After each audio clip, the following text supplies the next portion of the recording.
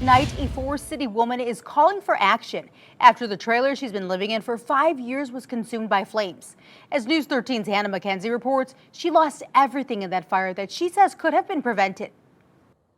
Kathy Campbell, now homeless, left with nothing much other than her car. And she says her landlord is liable. With tears in her eyes. This was my living room. Into there was my kitchen. Kathy Campbell looking at a charred shell of what used to be her home. I feel like everything's just been took away from me. A fire Thursday engulfing the Meadowbrook Village mobile home she's lived in for 5 years. It's gone. It's just gone. And yes, it is replaceable, but my babies were not replaceable. 4 of her dogs and 5 parakeets killed in the blaze. They were buried right over here. A friend buried them for us. The culprit, she says, likely this space heater. This is what's left of that. But the blame lies with her landlord, she says. For the past 2 years, the roof has leaked, and our stove didn't work. We had reported it. The furnace had went out, and I had asked about getting the furnace fixed. Refusing to make repairs, she calls him a slumlord, and she's not alone. Other neighbors with similar stories. This is also where my dad fell through. You can see straight outside. From gaping holes in the floorboards. This is where I went through and broke my foot. To puddles reeking of sewage. And you smell that all the time? Yeah, when it come outside. That's not nice. No, it ain't. That's not healthy. No, it ain't. Virginia Moore has lived here 2 years. Right now, she tells us she has no running water. How are you bathing? How are you washing your hands?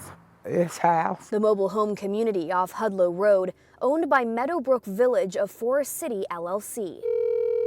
We reached out to one of the LLC managers. Hello? Hi, is this Jim Griffin? Uh-huh. And then explained why we were there. Do you have any interest in speaking with us for a quick on-camera interview just to discuss some of these concerns? I do not. I'm just saying I have no comment. Campbell says rent is $500 a month, but she stopped paying pending repairs. According to her, Griffin requested she apply for aid through the Housing Opportunities and Prevention of Evictions Program, or HOPE. On her behalf, she says he received $7,600 via the HOPE program. He didn't even use any of that to try to fix the problem. Right now, Campbell is staying with a friend. She says she's speaking out in hopes of preventing something like this from happening to one of her neighbors. The need for foster families in western North Carolina is great. More than 300 children are in foster care in Buncombe County, and there are not enough licensed foster parents to keep up with the demand. News 13's Andrew James tells us about a pilot program to help foster families in the county. This home, still under construction in Weaverville, will soon become a professional foster parenting home. 2 nonprofits are working on this together to hopefully create more safe foster homes in western North Carolina. Alex Williams and Adam Ponder are hoping to open a new door for foster children in western North Carolina. So in Buncombe County, as with every county in the western part of the state, there's a huge need for more foster parents. Williams of Fostering Hope says Buncombe County has between 320 and 340 children in foster care. More than a third are sent to other counties because there are not enough foster families in Buncombe County. But they're hoping this new house could help change that. This professional foster parenting home is a model which we're piloting. That's where H3 Collective comes in. We wanted to build a home that was large enough to house 5 or 6 kids and then foster parents and do it safely and comfortably. The nonprofit is working to build this 5-bedroom, 3,600 square foot house for a licensed foster family. And then a bedroom here with a shared bath. Adam Ponder tells me they hope to have it move-in ready this summer. We built a large home, a beautiful home. We want those kids who come in to just sense a lot of hope and excitement and be proud of their home. The nonprofits will soon begin looking for a foster family to move in. They're looking for a married couple. They need to be licensed foster parents and not have children under age 18. So we have a home that is a pure family setting where we're going to have a licensed foster parent couple, and this is their job. This is what they do. This is their focus. That foster family will move in for free, paying for utilities, essentially like a rental, providing a much-needed home for foster children in Buncombe County. You could really get involved in making a tangible difference in the lives of vulnerable kids. Now, up until now, this has all been built through donations, but they will soon have support from the Dogwood Health Trust, and the plans, they don't stop there. They hope to build 2 more foster homes on this property and eventually expand this program into Henderson and Transylvania counties. Our Eli Brand is live in North Charleston. He's working to find out why that tape hasn't been given out and asked a lawmaker what they're doing to make it easier for families to get their hands on those tapes. Eli?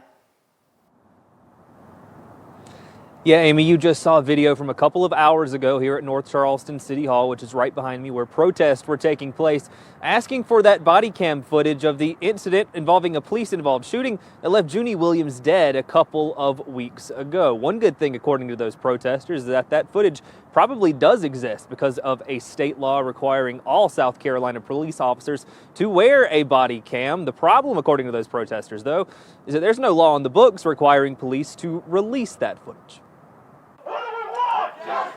A call for transparency. Following the death of Junnie Williams earlier this month in a police-involved shooting in North Charleston. For families to continue to go through what my family had to go through is ridiculous. Williams' family and activists have been calling for the body camera footage in the incident to be released, but have not gotten it yet.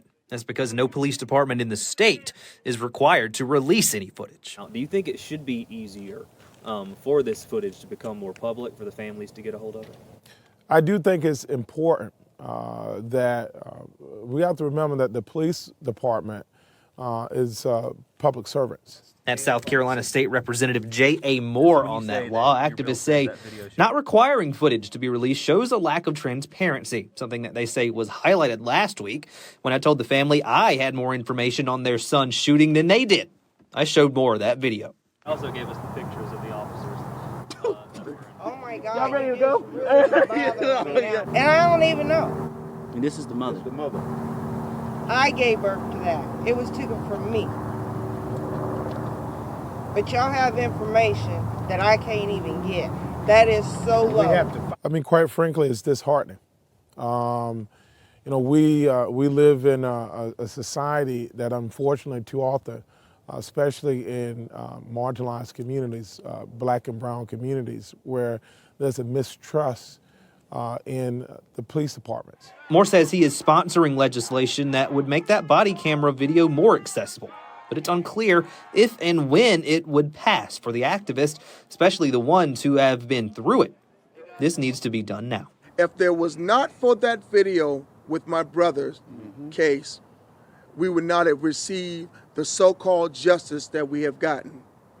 But if there's not justice for one, there's justice for none.